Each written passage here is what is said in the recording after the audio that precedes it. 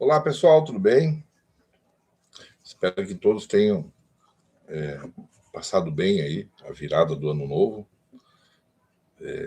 Alguns com suas famílias, outros com seus parceiros, parceiras, alguns à beira do mar, à beira da praia, outros à beira da lagoa, no rio, enfim, qualquer lugar, né?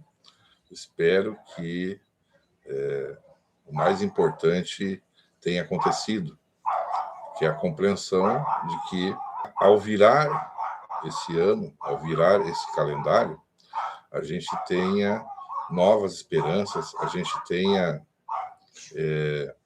expectativas, projetos, que a gente consiga ter resiliência. Essa é a palavra. Assim como eu estou tendo com o meu cachorrinho aqui que não para quieto. Não sei se está chegando para vocês aí, mas é assim, né? Ao vivo é isso, tá? E como a ideia do canal é esclarecimento, falar para os simpatizantes, principalmente, para os leigos, né? Pessoas que são interessadas em conhecer os cultos afro-brasileiros.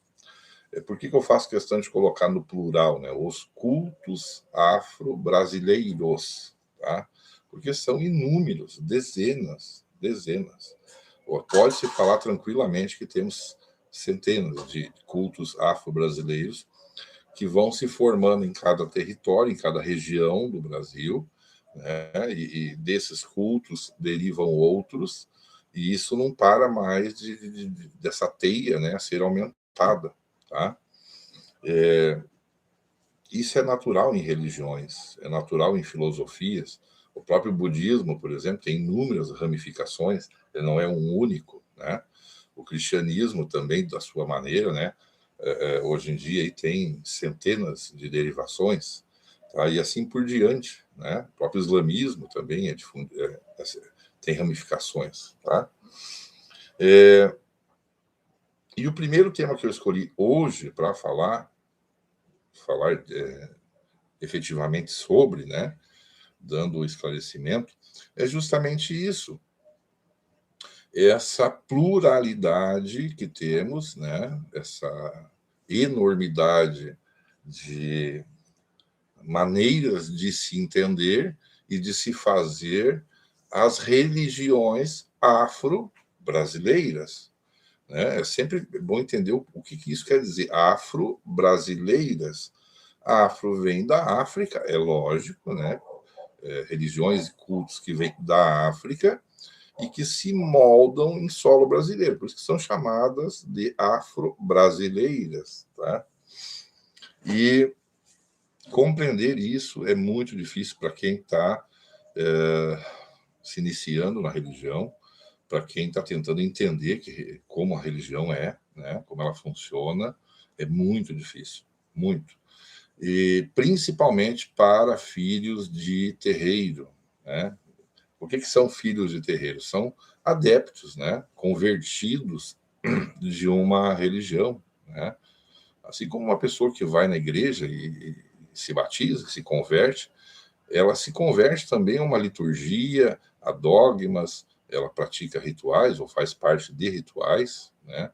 E ela tem ali um conjunto de entendimentos, a começar de certo e errado, um conjunto de entendimentos do que são os seus deuses, ou é o seu Deus, como é a tua correlação com esse lado espiritual, entende?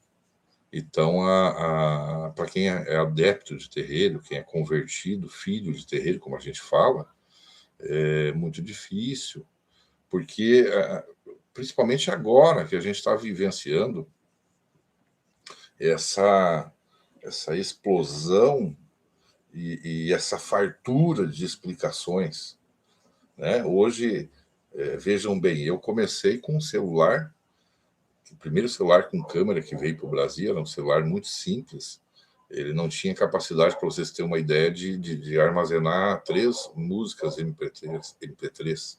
Para mim poder botar uma música, eu tinha que excluir a outra, sabe? E olhe lá se desse ainda, né? Dependia do tamanho em megabytes ali da música. Então, assim, foi como eu comecei no YouTube. Quer dizer, eu, um João de um terreiro muito humilde, muito simples, começo com um celular simples ali, na época, uma internet muito ruim, né, a dar explicação. E eu começo a adquirir um público com isso, pessoas que me escutam. E hoje em dia, aí no YouTube, é o que mais se tem. YouTube, Facebook, Instagram, Twitter, outras redes sociais, né? Pessoas dando explicação, passando explicação. E claro que cada uma dessas pessoas que estão passando ali a sua explicação, estão passando ali, primeiro, subjetivamente, é algo subjetivo, quer dizer, é da compreensão daquela pessoa, tá? E está passando essa experiência baseado na sua vivência, né, de terreiro, no que aprendeu lá dentro, de acordo com as suas regras, de certo e errado, como tudo que eu já falei, e ali a pessoa passa a ditar regras. Olha, isso tem que ser assim, aquilo outro não pode, aquilo lá pode também, porém, no entanto, entretanto, e começa essa coisa. Então, vamos ver se vocês me entendem. É a mesma coisa, vou fazer um exemplo fora desse caso, que alguém quiser aprender a fazer arroz. Nunca fez arroz na vida, nunca cozinhou arroz, né? Quer aprender a fazer. Qual é o ponto do arroz, para o arroz ficar soltinho? E a pessoa vai no YouTube ou no Facebook procurar vídeos explicando como fazer arroz. Imagina que essa pessoa assista 10 vídeos e entre esses que estão explicando como fazer arroz, todos eles divergem entre si. É para deixar a pessoa doida ou não é? Pensem comigo. Poxa, mas um está dizendo que eu tenho que fritar o arroz antes, que bota a cebola junto, e com óleo de cozinha, né? Aqui no Rio Grande do Sul chama azeite. O outro está dizendo que não pode fritar, que é só botar água e põe as coisas ali. O outro está dizendo que só pode pôr o sal depois que adquiriu fervura. É claro que isso tudo eu estou presumindo, mas eu estou querendo explicar para vocês. Imagina o que são 10 vídeos, todos se contradizendo em comparação um vídeo com o outro. Tá? E é o que acontece conosco. É o que acontece conosco. Eu tenho casos no terreiro, e não é um só, e não é de hoje, é de muito tempo, de filhos que, mesmo tendo eu, como esse cara que ama dar explicações, que ama ensinar, passar adiante conhecimento, esses filhos, para não me perturbar na cabeça deles, eles vão na internet assistir vídeos de outros sacerdotes ou de outras pessoas que nem sacerdotes são, mas que são boas de papo, que tiveram uma experiência dentro do terreiro, do seu terreiro, não estão mais nesse terreiro, e como são boas de didática, né? E estão ganhando dinheiro através do YouTube, através dos views do YouTube, né? Então essas pessoas elas se motivam a ter que falar mais e mais e mais sobre muito da sua experiência empírica. Essas pessoas que estão no YouTube. Então tem casos lá no terreiro, não é um só, são vários, e isso acontece há muitos anos, das pessoas que são do meu terreiro dizer: pai, eu assisti o vídeo de fulano dizendo diferente do senhor aí, que tal coisa é assim. Eu assisti o vídeo da fulana, que é mãe cicrana de não sei o quê, ou não se intitula mãe, mas se intitula fulana de tal orixá, e com ela aconteceu assim. Ela explica lá a experiência dela, que ela levou tanto tempo para tal coisa, né? Então, como é que aconteceu comigo diferente? Será que eu tô fingindo? Será que... Porque se ela disse que levou tantos anos e que é assim com todo mundo, como que comigo foi diferente? Então, assim, isso me dá um grande trabalho, enorme trabalho, de ter que explicar contra... Como é que eu vou explicar para vocês? primeiro contradizer o que foi dito, explicar que para a espiritualidade não existe uma uniformidade, que existem centenas de vertentes, né, das religiões afro-brasileiras, inclusive das próprias religiões africanas, existem centenas também. Né? Para vocês terem uma ideia, só de Angola são mais de 300 dialetos em Angola, tá? 300 dialetos. Isso no mesmo país, um país muito menor que o Brasil, e de lá que vem Umbanda, Quimbanda, esse conceito primário, vem o que é conhecido no Brasil como Candomblé Angola, né, o Candomblé de Inquice, tá? Em vez de chamar de orixá, chama Inquice. E lá existem 300 dialetos, 300 línguas diferentes que não se compreendem. Então, isso me diz que tem pelo menos 300 etnias, num país pequeno, né, da onde vem, base da nossa religião, 300 etnias que têm maneiras diferentes de fazer. Então, é claro que para o Brasil vieram negros de Angola, Congo, Guiné, Moçambique, em primeiro lugar, foram os primeiros a ser trazidos na condição de escravo, e eles não foram pegados apenas de uma tribo, apenas de um povo, de uma etnia. Foram pegados dessas, não digo que das 300, mas centenas de etnias. O cara que estava lá escravizando, ele não fazia seleção disso, é onde ele achasse alguém lá, uma tribo que não oferecesse perigo, eles iam lá, invadiam, prendiam todo mundo, e esse povo veio para o Brasil. Então, assim, isso lá, voltando lá atrás na história, a gente vai ter já uma pluralidade de cultos, isso só falando de Angola. Só Angola. Tá? Aí, tu vai ter outras grandes etnias que vieram para cá, ou de nações, né? O exemplo dos Yorubás, que são os mais conhecidos, né? O que é mais conhecido no Brasil, que ficou conhecido, é a questão Yorubá, que se fala dos orixás.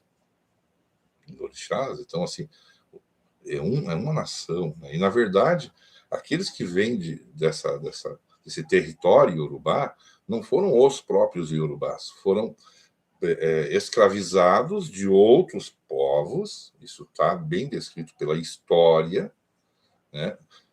Os Yorubás escravizaram outros povos, né?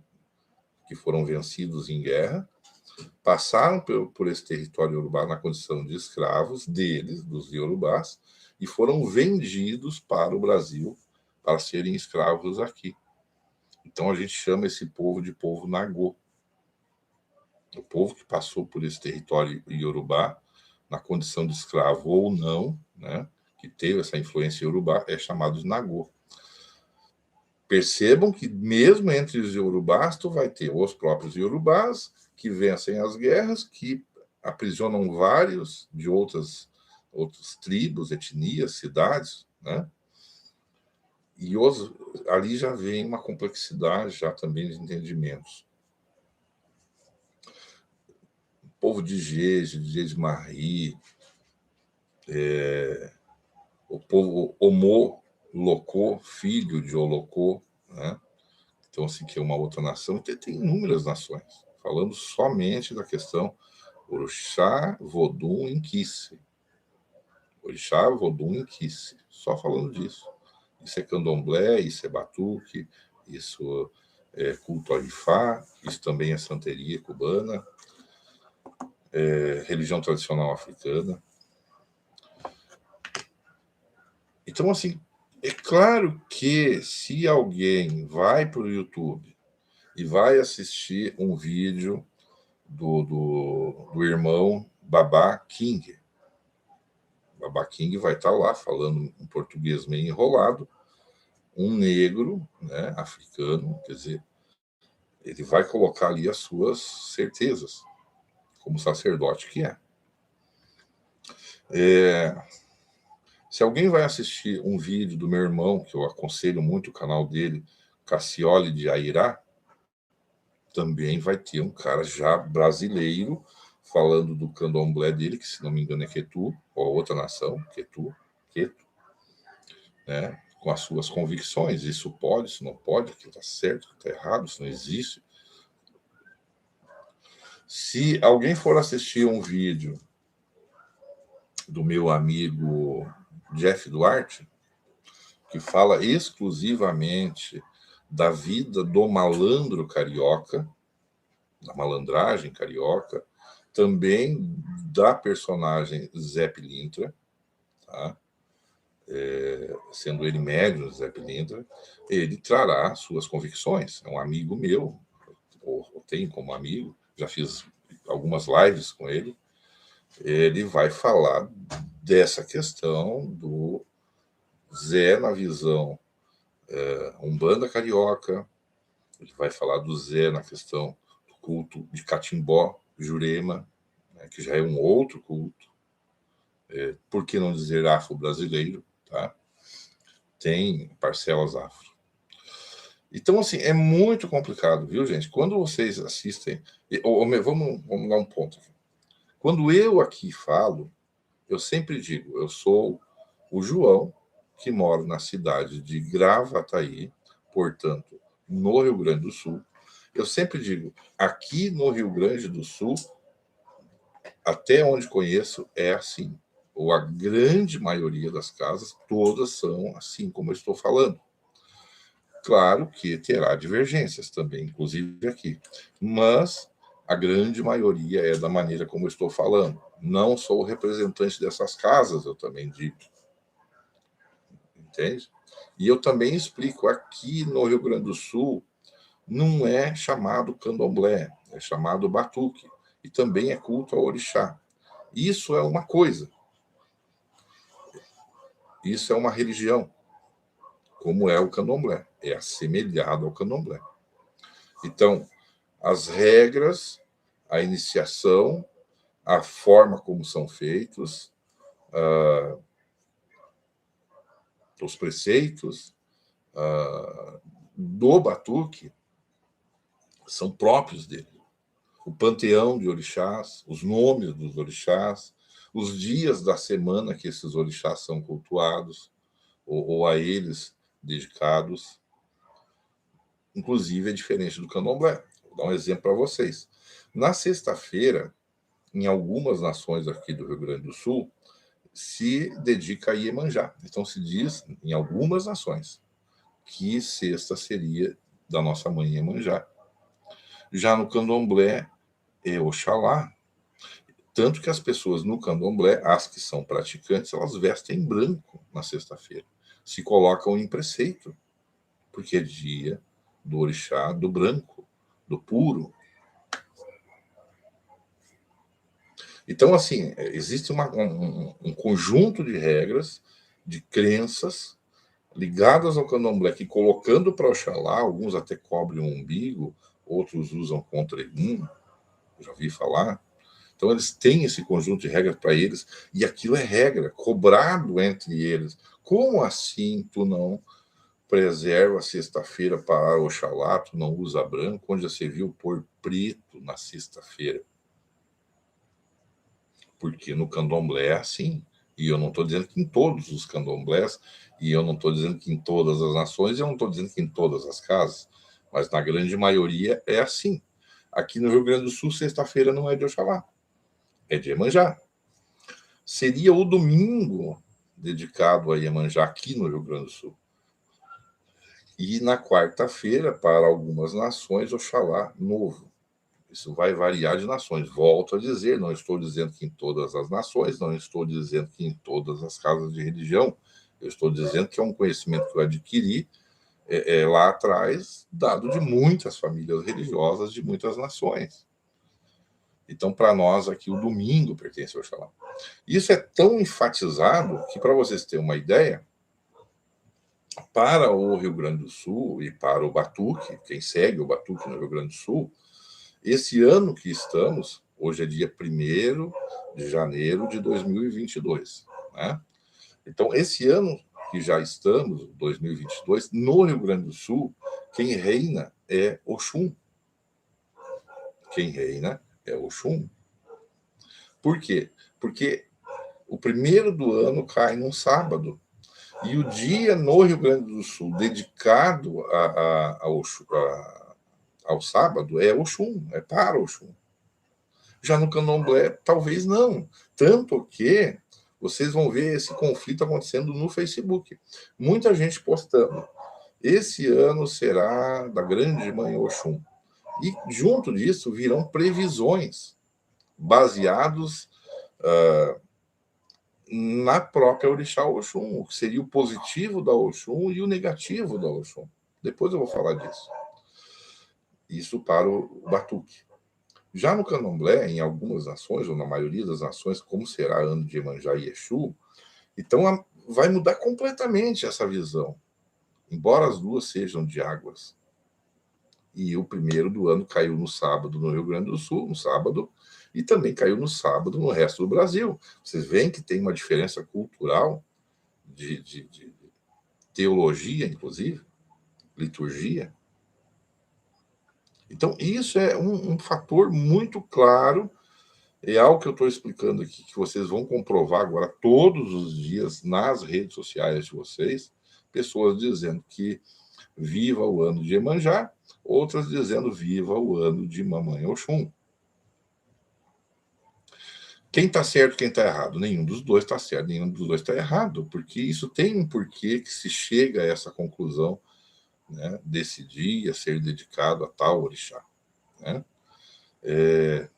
Eu aqui, como o meu papo, a minha vibe é explicar, ensinar como as coisas são e por que assim não são, eu vou explicar. No calendário africano, que não era o nosso calendário católico, né, lá a semana era de 4 dias a 4 dias e meio, em média.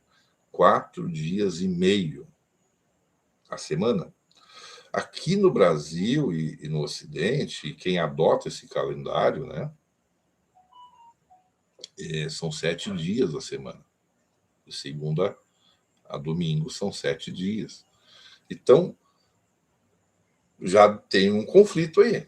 Como assim, né? Então, o que seria o 1º dia da semana em África, naquela época, nesse calendário africano daquela época, não vai coincidir, porque 4 para 7 tem diferença. Já dá um bolo aí. Outra questão. Fala-se que em África, inclusive falado pelo Pierre Verger, pelo Mate Silva, que são grandes historiadores, e que falam que muito do que se tem no Brasil de explicações sobre os orixás vem deles, né? Mate Silva, Pierre Verger e outros. Fala-se em quase 1000 orixás. 1000 orixás. E aqui no Brasil, o que acontece? Claro que era impossível trazer todo o povo da África para cá e toda a sua cultura, esses 1000 orixás, porque a gente vai ter, como no Brasil, diferenças culturais de cada região, de cada país, de cada micro-região, cada povoado, tribo, dialetos, tudo isso. Então é impossível trazer todo mundo para cá, nem foi feito, lógico. Aqui vem representações. Então se chega em cada lugar no Brasil em um micro panteão de orixás. Então, o panteão de orixás, em vez de ter quase 1000 orixás, porque são 900 e poucos, em vez de ter 900 e poucos, tem 12, 13, 15 no máximo no Batuque. E no Candomblé chegando a 21, um pouco mais, raramente se eu vou falar de pouco mais que isso.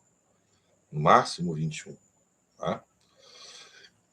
Opa, já deu o bolo aí. O Candomblé tem mais que o Batuque. O panteão é diferente. Inclusive, os nomes são diferentes. Inclusive, orixás que são de cabeça no Candomblé não são no Batuque. Nomes que são dados a orixás no candomblé não se dá no batuque. Vou dar um exemplo do orixá Oxóssi, ou Oxóssi. Tem gente que fala com tonalidade diferente. Oxóssi, no candomblé, é pai de cabeça. Aqui no Rio Grande do Sul, que seria correspondente ao Oxóssi, chama-se Odé. E Odé não é feito sozinho. Odé vem junto com a sua qualidade feminina, para vocês entenderem, que é Otim. Então, aqui teremos Odé, Otim, masculino e feminino. No candomblé isso não é necessário, só tem. Então, quem é de candomblé será de Oxóssi, aqui será de Odé. Tá? As regras são diferentes para quem é de Odé e para quem é de Oxóssi, porque são cultos diferentes. Então, por exemplo, teremos ali quizilas, que são chamadas, proibições que tem algumas no candomblé e que não tem no batuque, e algumas que tem no batuque e não tem no candomblé. Eu estou falando só da parte de orixás, inquices e voduns. Eu não cheguei em Umbanda e Quimbanda, então nós vamos chegar lá. Tá?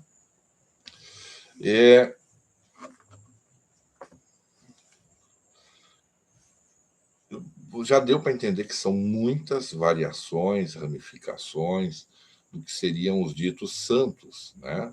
Pai de santo, nessa corruptela dá para entender santo como sendo o orixá, o inquice ou o vodum. O que são esses três? São as correspondências, mais ou menos que seria a mesma coisa, para línguas diferentes, povos diferentes. E eu procuro explicar assim porque entendo assim. Tem muita gente que vai brigar comigo. É a mesma coisa que falar Deus em português, em espanhol falar Dios e em inglês falar God. Eu estou falando da mesma pessoa, ou do mesmo Deus, né? Com nomenclaturas diferentes, porque são línguas diferentes. Mas me refiro às mesmas coisas. Claro que mesmo assim ainda teremos diferenças em algumas atribuições ou visões. Então, por exemplo, os iorubás personificam os orixás como humanos fossem. Então, assim, veio para a Terra, namorava, traía, era uma pessoa, sentia vaidade, matava uma cidade inteira, como no caso de Ogum, com a espada degolando as pessoas. Então personificou, né, assim, uma pessoa que viveu, nasceu, morreu, ou ascendeu, né, ascendeu, subir, né? Ou no caso de Ogum, Onirá, ou Onirê, né, como é falado no candomblé, Onirê, ele enterra a sua espada, gira e entra para dentro da terra. Inclusive tem até hoje lá em África esse local onde esse Ogum primeiro teria se enterrado, né, sumido dentro da terra, deixado para o seu filho.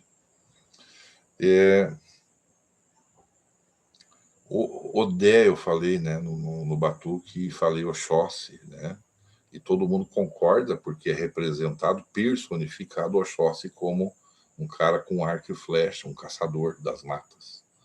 Aqui também não é. É assim. Inclusive, se faz o simbolismo como se quem atira uma flecha. Só que o primeiro grande Odé, para vocês entenderem, quer dizer caçador. A tradução da palavra Odé, caçador. Né? Então, o primeiro grande Odé foi Ogum. Opa, agora fudeu tudo.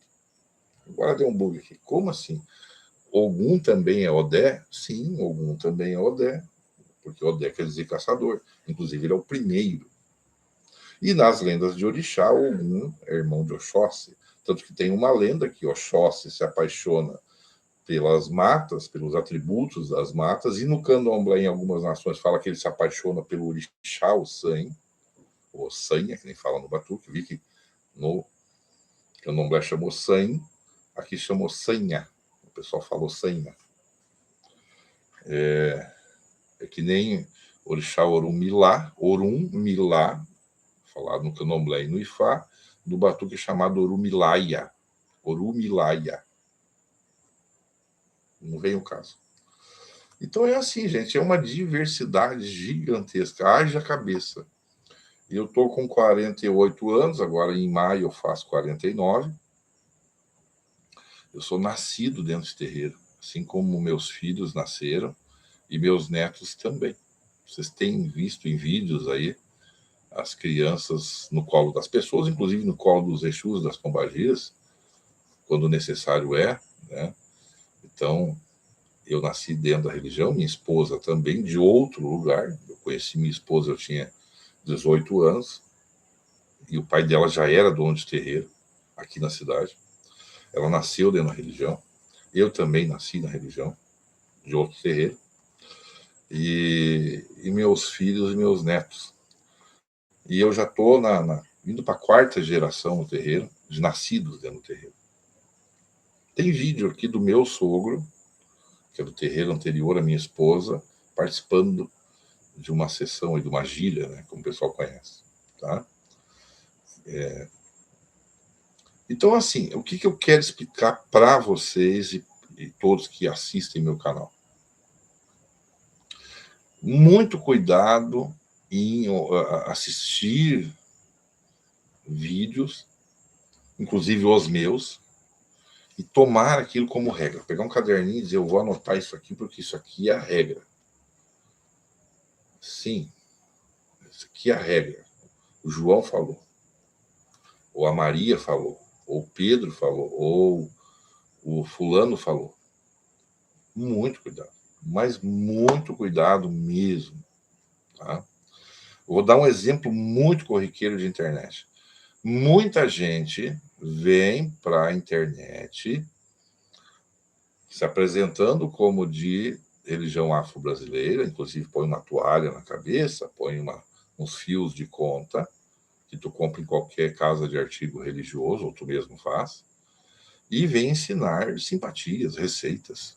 E eles estão mantendo todo dia com receitas, ensinamentos, banhos, porque eles estão em busca de visualizações. Por quê? Porque o YouTube paga por essas visualizações. Eu recebo dinheiro do YouTube. Eu até vou falar para vocês. Eu aqui, aproximadamente, de 3 em 3 meses, eu recebo em torno de R$ 500 do YouTube. R$ 500 de 3 em 3 meses. Eu sou muito pequenininho perto dessas pessoas que ensinam simpatia, ou que estão lá dando explicações, e que pegaram o jeito de ter muitos inscritos.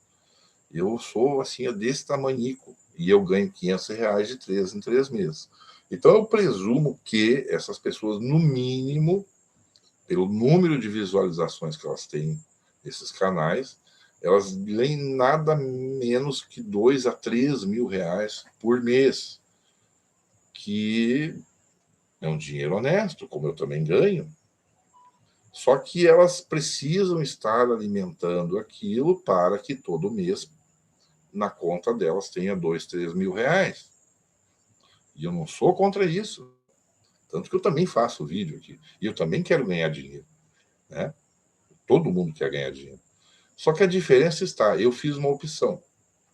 Eu vou para o lado sensacionalista, em busca de ganhar muito dinheiro na internet, ou eu falo a verdade, deixo aqui registrado para os meus netos, inclusive, pensando na minha família, né, e pensando nas pessoas que virão após a minha morte.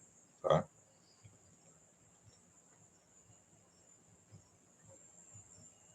Então eu tive que ponderar. Ganho muito dinheiro, ou ganho dinheiro, ou eu falo o que é, como as coisas são, e perco dinheiro com isso. Preferi perder dinheiro.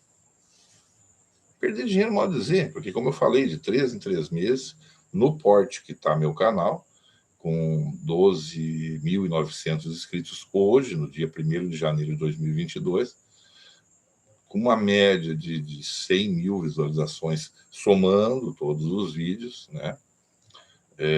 Tiro de 3 em 3 meses, R$ 500. É porque precisa chegar a $100 para o YouTube te pagar. Por isso que eu falo de 3 em 3 meses. Né? Gente, muito cuidado, viu? Esse negócio de anotar ou conflitar.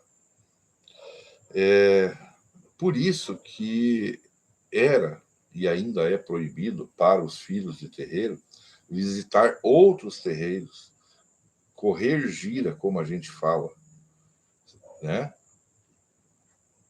Pertence ao terreiro do João e sabe que vai ter uma gira na casa do pai fulano, Beltrano, e vai lá. O problema é a minhoca na cabeça. Porque chegando lá nesse outro terreiro, eu não estou dizendo que todos assim o fazem, mas a grande maioria faz, muitas vezes aquele terreiro lá tá buscando ter mais filhos. Porque filho, quanto mais filhos tu tem, maior é a tua obra. Vou explicar como. Fazer o exemplo que eu queira construir um muro, um pedaço de muro que vai me custar R$ 1.000. Estou sendo muito prático e didático aqui, não entende quem não quer. Por exemplo, que eu queira construir um muro que vai me custar R$ 1.000. Se eu tenho 2 filhos no terreiro, eu vou ter que rachar esse R$ 1.000 entre 2, 3 pessoas, não é? Se eu tiver 50 filhos, opa, já são R$ 1.000 dividido para 50 pessoas. E aí, em vez de eu só fazer um muro, eu já posso rebocar aquele muro. Rebocar que a gente fala aqui, embolsar, que nem falam os paulistas. Eu já posso pintar, eu já posso. Tu entende que o poder de construção é maior? E isso também demonstra um certo poder de axé. Porque as pessoas vão dizer assim: olha que tanto filho que tem aquele terreiro, eu quero ir para lá. Então, todo sacerdote ambiciona ter muitos filhos.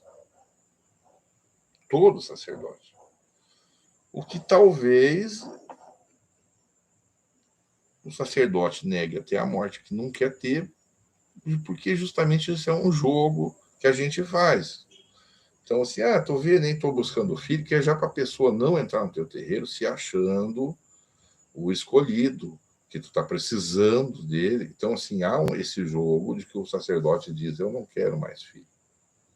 Ou num segundo caso, às vezes o sacerdote, o sacerdotisa, ele já está com uma vida feita, ele já conseguiu construir o templo que queria, já tem a sua casa muito boa, já tem uma casa na praia, uma casa no campo, já tem tudo que quer na vida, né?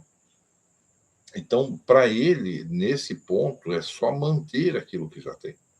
Aí pode ser que ele não queira mais filhos. Isso são casos raríssimos dentro do terreiro. Mas todos vão querer ter muitos filhos justamente por esse poder de construção, de impressionar, porque fica muito bonito realmente um terreiro com muita gente, todo mundo cantando em coro, porque, enfim, já está bem explicado. Então, o que acontece? Quando tu vai em outro terreiro, ou tu vai ouvir outro sacerdote, tu diz: eu sou daquele terreiro lá, né? Se ele ver que tu está em dúvida, esse sacerdote lá, querendo mais filhos, ele vai botar minhoca. Ele vai querer desconstruir o teu sacerdote. Teu pai de santo, a mãe de santo, sei lá, teu sacerdote de umbanda, etc. Tá? Então ele vai tentar botar minhoca mesmo. E muitas das vezes, mesmo que esse sacerdote não queira colocar minhoca, para quem chegou agora no vídeo, teria que assistir o resto de tudo que eu falei até aqui, por questões de diferenças de nações, de ramificações, que eu já expliquei tudo aqui, né? Pode ser que numa casa seja de um jeito, na outra seja de outro. Vou dar um exemplo só aqui do Rio Grande do Sul, que isso é comum em todo o Rio Grande do Sul, falando exclusivamente do Batuque. Até pouquíssimos anos, mulher não podia ou não poderia fazer manutenção, a gente fala mexer, né? Mulher não poderia mexer numa casa que tem na frente, uma casinha, né? Do orixá Exu, aqui conhecido como orixá Bará. Então, mulher não podia mexer na casa do orixá Bará, conhecido como orixá Exu. Orixá Exu, eu não estou falando Exu de Quimbanda, eu estou falando do Batuque e de Candomblé, para quem entende. Porém, ao passo que começam a se comunicar as pessoas, começam a surgir as exceções. Porque mãe fulana, não tendo mais ninguém para fazer a manutenção lá na casa do orixá Bará, orixá Exu, ela mesma fez e não deu problema algum. E assim começa. Se fulana fez, não deu problema, eu vou tentar também. Então, assim, esses paradigmas, esses tabus, começam a ser quebradas. E aí começa a acontecer também essa coisa. Tu tá louco, na casa de fulano lá não existe verdade, porque lá a mulher mexe na casa de Exu Orixá, para vocês entenderem. Eu falo assim porque a maioria do meu público é de fora do Rio Grande do Sul. Entende o que eu quero dizer? Começa a ver essa briguinha, não tá certo, tá errado, nunca vi disso, onde já se viu. Se aqui dentro da mesma religião, do mesmo culto, da mesma nação acontece isso, tu imagina tu ir na casa que é de outra nação, de outra religião. Vou dar outro exemplo. Vamos pular agora, eu falei muito de batuque, de candomblé, alguma coisa de Ifá, de orixás, inquices, voduns, etc. Umbanda. Eu participo, desde a época do Orkut, de grupos de discussão. E eu, como sou um eterno aprendiz, inclusive eu tenho um grupo no Facebook e um canal no YouTube chamado Aprendiz de Quimbanda, porque eu me considero um aprendiz, vou morrer sendo aprendiz. Desde o Orkut, participando da Rede Brasileira de Umbanda, que era um site, não tinha nem Orkut, não tinha Orkut, basicamente, ou se tinha, muito macumbeiro participava nessa Rede Brasileira de Umbanda. Antes do Facebook, antes do Instagram, antes do Twitter, antes de tudo, eu já estava lá. Então, eu vinha catalogando com os meus estudos e cheguei a mais de 30 vertentes somente da Umbanda no Brasil. Mais de 30. Mais de 30. O que isso quer dizer? Que talvez na mesma cidade em que tu more, tu vem numa casa na quinta-feira, participa de uma gira, e no sábado tu atravessa a rua e vai na outra casa que fica na frente, e pode mudar 80% dos conceitos de uma casa para outra. Então, vou dar um exemplo muito claro. Na casa A, do lado de cada rua, de Umbanda, pratica uma ramificação que vem dos ensinamentos de Zélio Fernandino de Moraes, que para muitos seria o precursor, o anunciador da Umbanda no Brasil, para muita gente. Então, essa casa que vem dessa filosofia de Zélio Fernandino de Moraes dirá o seguinte: acreditamos em Jesus Cristo como o nosso único Salvador, porque ninguém vai para o céu sem passar pelo umbral, porque vem com papo cristão na veia, lê Bíblia. No caso de Zélio, senta numa mesa de psicografia, todos de dialeco branco, com um bolsinho aqui, com o símbolo da casa, só isso, sem roupas coloridas, todos de branco, uma coisa muito cristã kardecista. Cristã kardecista. O altar é formado por imagens católicas, que são sincretizadas, não tem imagem africana, e se aboliu 99% dos conceitos africanos dali. E se diz que é veementemente proibido fazer sacrifícios de animais. Não pode. E que carne entra em estado de putrefação e ela gera uma energia densa e ela é prejudicial. Tanto que uma semana antes da incorporação não pode comer carne, porque ela cai aqui no estômago, no intestino, ela leva dias para sair. Então ela fica aqui dentro da tua barriga, isso gera uma energia densa que vai te prejudicar na hora da incorporação. Então, essa Umbanda de Zélio Fernandino de Moraes, conhecido também como Umbanda Branca, ela prega a pureza absoluta, baseado nos conceitos cristãos kardecistas. Buena? Aí tu atravessa a rua e vai lá no terreiro. Aí tu chega lá num terreiro que é de Umbanda Omolocô. Os dois está escrito Umbanda aqui e Umbanda lá. As placas escrito terreiro de Umbanda, terreiro de Umbanda. Só que tu não sabe que um é baseado na Umbanda de Zélio Fernandino e o outro é Umbanda Omolocô. Aí tu chega lá, olha, minha filha, vamos jogar um búzio. No terreiro que vem da ramificação de Zélio Fernandino de Moraes, não tem búzio. Na Umbanda não se joga búzio. Já na da Omolocô joga. Vamos ver teus orixás de cabeça. Opa, mas na de Zélio não tinha que ver orixás. Agora já tem na outra.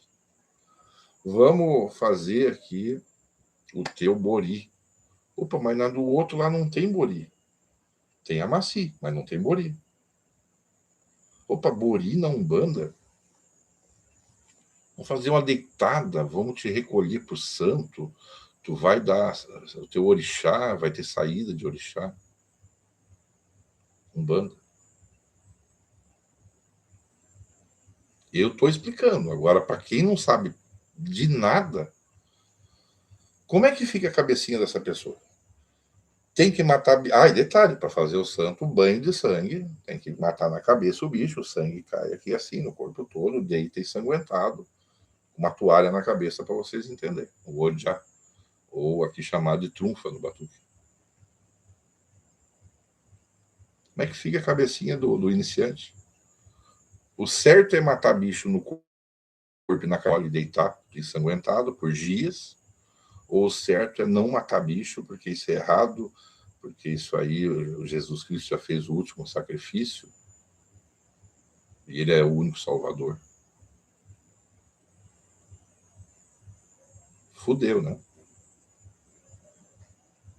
Por isso que a gente diz, meus filhos, para ir em outro terreiro, é muito importante que eu vá junto, que o sacerdote vá junto. Inclusive, no dia da visita, o sacerdote é o primeiro a entrar e o último a sair.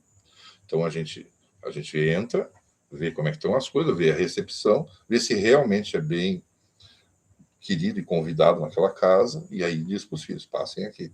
Tem um conjunto de regras para visitar outras casas. E o sacerdote dessa outra casa, ele sabe que em casa de Zé, manda Zé, e que cada um cozinha com as suas panelas. Então, portanto, as regras para os meus filhos são minhas, que vêm da minha família religiosa, que vem desse costume dessa família religiosa ao qual pertenço e promungo, ensino. Então, esse sacerdote dessa casa, ou sacerdotisa, que eu estou visitando, ele não vai infringir as regras deles para os meus filhos, porque ele entende, em casa de Zé, manda Zé. O máximo que ele pode dizer, eu não aceito esse teu costume aqui dentro, porque vai conflitar demais aqui com... não aceito, né? E o meu direito é me retirar com os meus filhos. Vocês veem, percebam a preservação que nós, todos os sacerdotes e sacerdotisas de religiões afro-brasileiras fazemos. A preservação, a ponto de, quando há um conflito de fundamentos, que é como a gente fala, fundamentos são regras, entendimentos de certo e errado, isso pode, aquilo não pode, acaba que o sacerdote e seus filhos inteiros se retiram daquela casa. Sem briga, sem discussão, sem nada. Olha, não me cabe, estou indo embora. Quem é de terreiro sabe do que eu estou falando. Quem é de terreiro vai escrever embaixo depois, olha, esse cara não está doido, ele está falando a coisa como é na religião. Mas eu estou só em cima de explicar as diferenças, minha gente. Só isso. E eu não estou conseguindo. E eu nem que eu ficasse 15 horas aqui, eu conseguiria explicar de cada uma vertente como é. E olha que eu estudo isso desde sempre. Para mim chegar aqui e falar, eu tenho que estudar muita coisa. Vocês acham que eu estou tendo uma iluminação aqui? Não, eu estudo muito. Mas eu estudo para poder falar do tema. Eu tenho meu arcabouço como sacerdote, litúrgico, dogmático, ritualístico, religioso, preservado da maneira que eu recebi dos meus mais velhos. Dos meus mais velhos. E assim a minha obrigação diz que eu tenho que passar para os meus filhos sem mudar nada. Então, por exemplo, eu posso entender alguma coisa, é claro que é alguma coisa, porque eu não vivencio aquilo, de candomblé, alguma coisa. Eu posso entender alguma coisa de Palma-Jombe, de Quibayô, de santeria cubana, de Santa La Muerte, e outros cultos de vodú haitiano, eu entendo.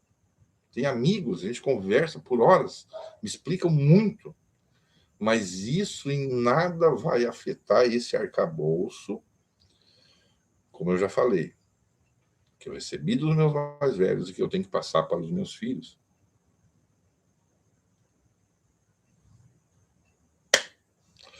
Muito simples. A pessoa que entra e se diz convertida à Igreja Evangélica do Sétimo Dia, Igreja Evangélica do Sétimo Dia não come carne de porco e não trabalha no sábado. Aquele que se converteu, se batizou, não pode comer carne de porco, não pode trabalhar no sábado, caralho. É a regra. É assim que é a conversão. Mas se tu atravessa a rua e tu vai na Igreja Universal, os caras dizem, não, a coisa mais boa é um porquinho assado agora, na virada do ano. Inclusive, eu já encomendei um leitão aí, nós vamos assar inteiro. E não tem problema nenhum trabalhar no sábado, porque não sei o que, não sei o que. Vai ter as suas explicações, cara. Isso eu estou falando de Igreja Universal, Igreja Adventista do Sétimo Dia. Tu imagina em centenas de ramificações da Umbanda, Candomblé, Quimbanda, Jurema Preta, você não conhece, tem Jurema Preta, Catimbó e outros. Xangô do Nordeste. E outros cultos do Maranhão, só no Maranhão tem Telecô, tem outros cultos, inúmeros cultos que tem no Brasil. Tá? Inclusive cultos indígenas temos também, né? Que sofrem influência africana. Mas, gente, eu acho que eu já estou aqui 1 hora, e como eu falei que esse canal iria mudar, né? Mudar certinho ali, tá? Nós ser certinho no horário, eu entrar já falando do assunto. Se alguém quiser, isso vai me ajudar muito, vocês não têm noção, porque isso me ambienta, me dá um norte, tá? Comentar abaixo desse vídeo, né? Agora, por exemplo, eu estou ouvindo, mas depois, quem for assistir após, comente as suas opiniões. É claro que eu não consegui falar de tudo, volto a dizer, mesmo que eu ficasse 15 horas aqui, não conseguiria. Eu estou tentando falar de Quimbanda fazem 9 anos, e teve anos que eu fiz live todos os dias, 2, 3 horas de live, né? E eu estou há 9 anos aqui falando horas e horas e horas por dia e não consigo. Te imagina eu falar de todas essas ramificações, tá? Mas o que eu quero que vocês entendam é assim: a frase que fica final, resumida. Se tu pertence ao terreiro de Joana, é a Joana que tu tem que perguntar as coisas. É ali com ela que tu tem que aprender. Porque se tu aprender com o Pedro, alguma coisa pode conflitar e isso vai criar uma desconfiança na tua cabeça. E agora? Será que Pedro está certo ou Joana, que é minha mãe de santo? estou falando Joana, um nome exemplar, né? Exemplo. Se tu pertence ao terreiro de Maria, é a Maria que tu tem que seguir. É a Maria que tem que seguir. Simples assim. Simples assim. Tá? Assistir vídeos, ler livros, de boa. Eu sou a favor do conhecimento porque é assim que eu fiz e faço. Eu aprendo sobre o máximo de coisas que a minha cabecinha fraca permite, né? Mas a gente tem que entender. É assim que eu faço, é assim que a minha família faz, que vem de uma tradição mais que centenária, né? Porque os terreiros são de rastro histórico mais que centenário, muito mais que centenário, e assim eu tenho a obrigação de preservar esse costume. Último exemplo. Aqui no Rio Grande do Sul se utiliza uma roupa característica para o gaúcho e para a gaúcha também, né? A prenda, como chamamos aqui. Tá? Então, o gaúcho e a prenda. Existem MTGs, CTGs, estou dando um exemplo fora do contexto da religião, tá? Em que essa roupa característica ela é utilizada, preservada os costumes. Temos aqui a Semana Farroupilha, são festas que duram aí mais de semana, todos encontros característicos. Aí imagina se alguém, gente, isso já aconteceu, deu o maior problema. Imagina se alguém resolve dizer assim, não, eu agora vou mudar essa tradição aí, que é feita aí há muitos e muitos anos, centenas de anos também, no nosso caso aqui, e em vez do vestido da prenda ser lá na canela, com comprimento, eu vou fazer um que mostra a minha bunda. Em vez do decote ser aqui assim, discreto, eu vou fazer um que a minha teta caia para fora. O gaúcho, em vez de usar a bombacha larga, como é aqui o costume há centenas de anos, nesses encontros, ele resolve botar uma camiseta de física, aquelas camisetas fininhas, aqui, toda colorida. O chapéu, em vez de ser um chapéu assim, ele resolve usar um boné de lado atravessado. Então, assim, eu estou dando umas correntes de prata, que isso talvez seja mais do funk carioca, ou do funk americano. Então, vocês entendem que eu pegar conceitos do funk americano, inclusive de vestuário, e colocar na cultura gaúcha específica para isso, nos locais de encontro gaúcho, isso não vai dar certo? Eu vou deturpar aquele culto e que quem faz parte daquele movimento tradicionalista gaúcho, né, ou centro de tradições gaúchas, então ele tem que preservar aquele costume, por isso que ele está ali, ele aceitou aquilo, da mesma maneira, da mesma forma, quem participa de uma das, no plural, uma das religiões afro-brasileiras. Da mesma maneira que aquela casa, nesses dois exemplos apenas, são 30 e poucas ramificações que eu cataloguei, deve ter mais. Aquela casa que é de Zélio Fernandino de Moraes, que é um banda pura, não sei o que, não corta, não mata bicho, não sei o que, ele não pode chegar lá e matar um cabrito e dar um banho de sangue em alguém, porque ele vai estar mudando uma coisa, ele está colocando uma coisa que ele não aprendeu, né? Da mesma maneira que ele não pode fazer isso, aquela casa que assim o faz, ela tem que preservar suas tradições. Não, não existe verdade absoluta. É uma frase aí bem entendida, é assim, ó. A religião ela é feita dos homens para os homens. A espiritualidade é uma questão subjetiva direta. Então, se religião é feita dos homens para os homens, ela tem todo um arcabouço, ela tem ali um sentido de ser dos homens para os homens. Espiritualidade é uma questão subjetiva direta. Tá? Não busque em outras religiões espiritualidade. A espiritualidade é tu contigo mesmo, com o plano espiritual. Religião, a quem pertence a ela, quem é iniciado nela, tem o dever de preservá-la. E isso é mais do que lógico, né? Isso para qualquer outra religião. Muitos ateus me seguem aqui, fico muito feliz, muitos luciferianos muitos de outras filosofias, maçons, evangélicos me seguem aqui, são meus amigos, inclusive,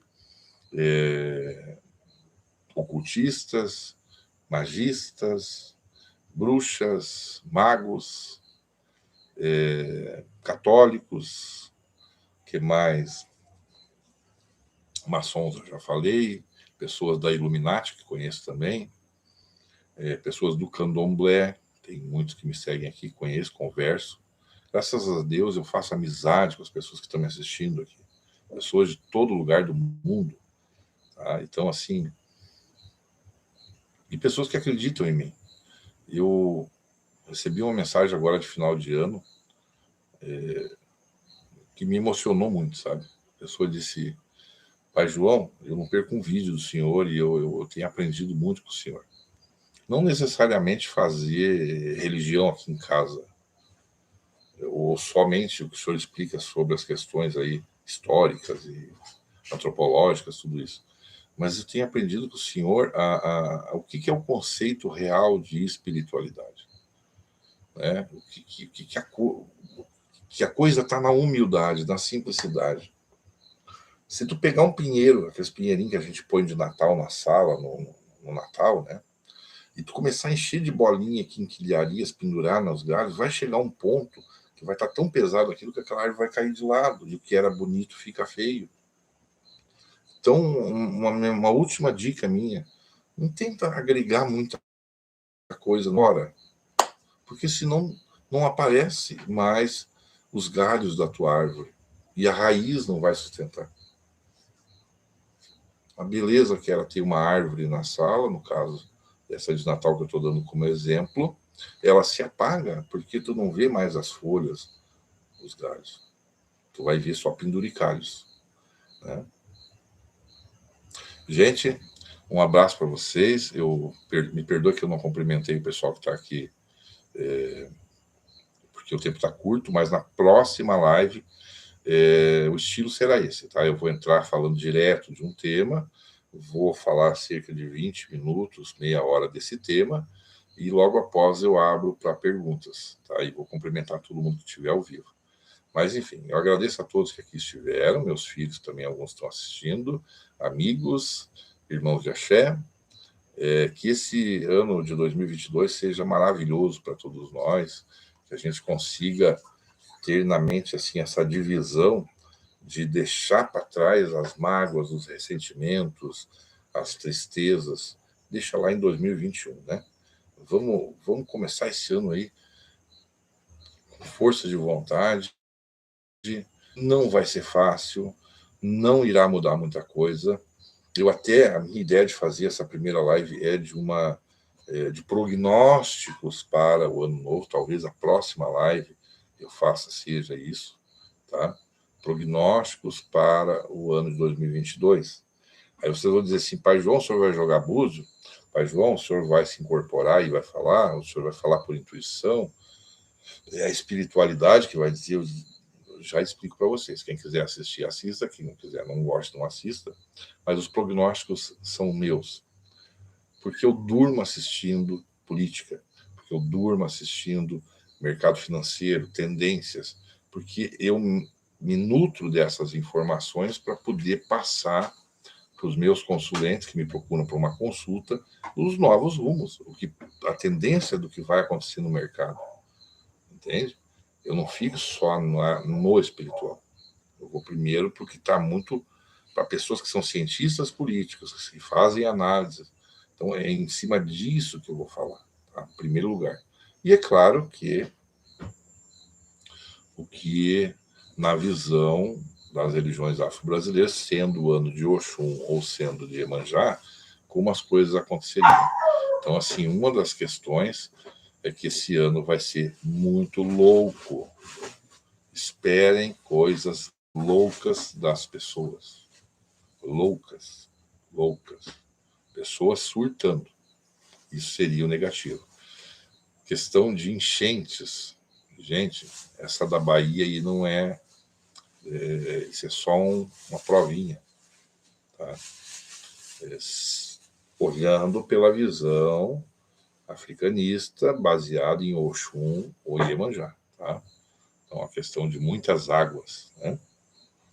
E assim, é o ano das falsidades também, olhando o lado negativo, claro, né?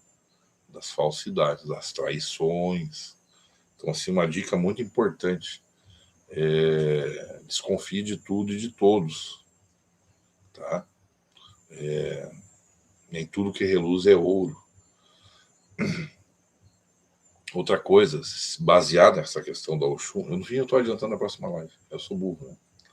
Bom, fica para a próxima live, aí eu termino, vou falar tudo, vou falar 1h30, tudo em cima dessa questão, em cima da coisa do orixaísmo, em cima da Umbanda, da Quimbanda, como os Exus vêm, como a coisa é, na próxima live. Gente, um beijo, um abraço no coração de vocês, um salve para todo mundo que participou, muito obrigado. Na próxima eu vou responder um monte de pergunta. E até a próxima live, se Deus quiser, a internet e... O que mais? A caça de chá. A caça de chá, viu? Um beijo no coração para vocês. Feliz 2022.